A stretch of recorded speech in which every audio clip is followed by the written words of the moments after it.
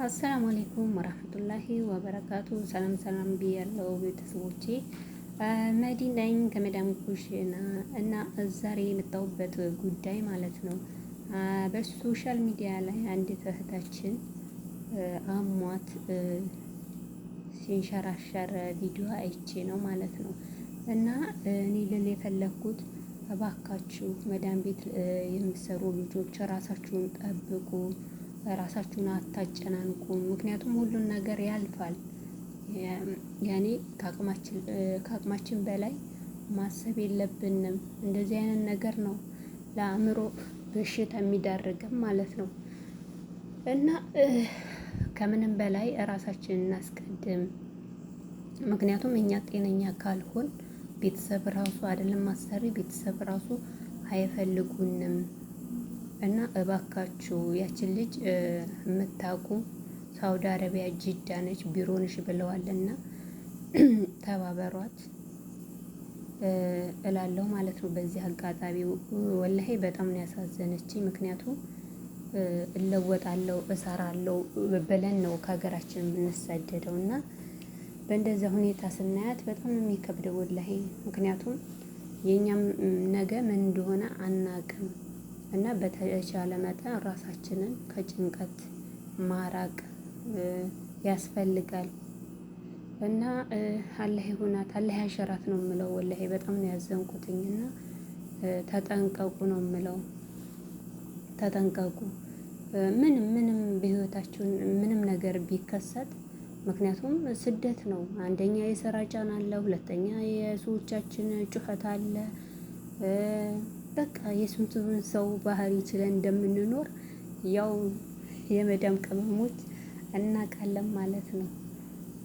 እና ብዙ አመት መቆየት ምን ይዤ እገባለሁ እሱ ስናስብ ምንም የለኝም ብለን ስናስብ ለእንደዚህ አይነት ሁኔታ እንጋለጣለን። እና ያው ከልኩ ለማያልፍ ነገር ራሳችንን በእንደዚህ አይነት ሁኔታ ላለመውደቅ መሞከር አለብን።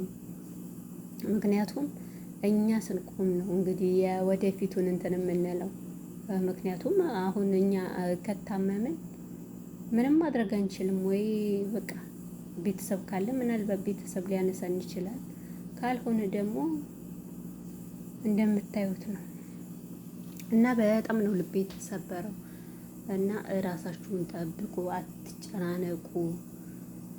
በቃ ሀሳባችሁን ካልተመቻችሁ በግልጽ ተናገሩ። ከሰዎቻችሁ ጋር ፍን አታድርጉት።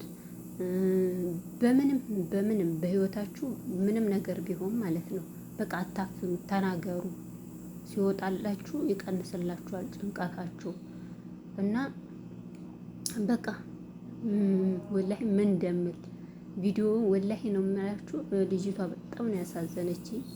የደሴ ዙሪያ ልጅ ነሽ ብለዋል። በጣም ነው ልቤ የተሰበረው እና ከባድ ነው ስደት ወላሂ። ከ18 ሰዓት በላይ ቆመን ነው 16 ትንሽ ከተባለ እና ያንን ሁላ ሰዓት ቆመን የስራ ውጥረት፣ ጫና፣ የሰዎቹ ጸባይ፣ ጭንጫቸው፣ የቤተሰቦቹን ጸባይ ችለን ነው የምንሰራውና እና ተጨማሪ በህይወታችን ውስጥ በቃ ራሳችን ለማዝናናት በቃ ጭንቀት ውስጥ ላለመግባት መሞከር ነው ያለብን። እና አብሽሩ የመዳም ቅመሞች፣ ራሳችሁን ጠብቁ። ባላችሁበት ሃይማኖት ደግሞ በቃ ወደ ፈጣሪያችሁ ተጠጉ።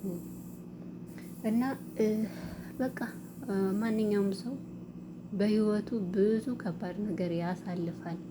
ግን ያኔ መጥፎ እንደዚህ አቅልን መሳት፣ መጥፎ ነገር ማሰብ የሆነ ውስዋስ ነገር እና ካለፈ በኋላ እራሳችሁ ትጸጸታላችሁ። እና እንደዚህ አይነት ነገር ደግሞ ያው ለአእምሮ ህመም ይዳርገናልና እባካችሁ ተጠንቀቁ። እና ውዶችዬ ራሳችሁን ጠብቁ። ዋናው አፍያ ነው። እናንተ ስትኖሩ ነው ሁሉም ነገር የሚኖረው፣ ሁሉም ነገር የሚሳካው እናንተ ሰላም ስትሆኑ ጤና ሲኖራችሁ ነው። እና አሁን እንደምታዩት ልጅቷ በጣም ታሳዝናለች። ከራሷ ጋር አይደለችም። ወላሂ በጣም ነው የሚከብደው። ምክንያቱም መጨረሻችንን አላህ ያሳምርልን ነው ልል የምችለው ማለት ነው። እና በጣም ከባድ ነው እና ራሳችሁን ጠብቁ። ምንም ነገር ይፈጠራል ደግሞ ምንም አዲስ ነገር የለም። ስለዚህ ዋናው ጤናችንን መጠበቅ ነው። ቀሪው በጊዜው ይሆናል እና